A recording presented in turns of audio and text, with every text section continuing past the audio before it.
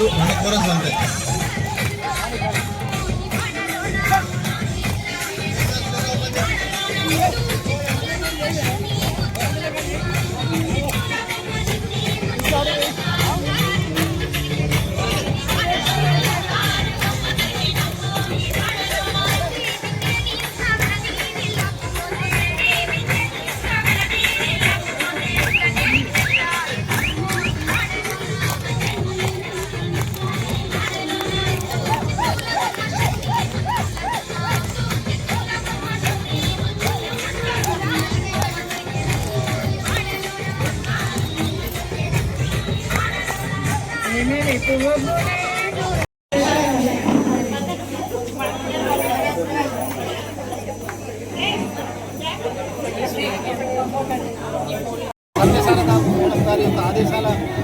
ఆదేశాలకు అనుగుణంగా మా అడిషనల్ కలెక్టర్ గారు సంధ్యారాణి మేడం గారు ఆధ్వర్యం లోపల Telangana NGOs union, Telangana గెస్టెడ్ officers union, press అలాగే క్లాస్మేట్ యూనియన్ కలిసి మేమందరం కూడా కలిసి మా యూనియన్ల పక్షాన ఈరోజు ఇక్కడ మన బతుకమ్మ పండుగను నిర్వహించుకోవడం జరుగుతున్నది.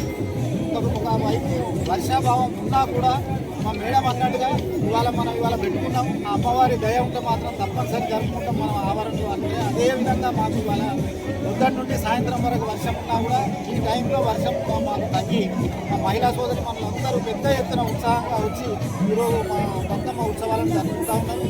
వారికి మేము తెలంగాణ ఎన్జిఓస్ యూనియన్ పక్షాన హృదయపూర్వకంగా బతుకమ్మ శుభాకాంక్షలు అందజేస్తా ఉన్నాం.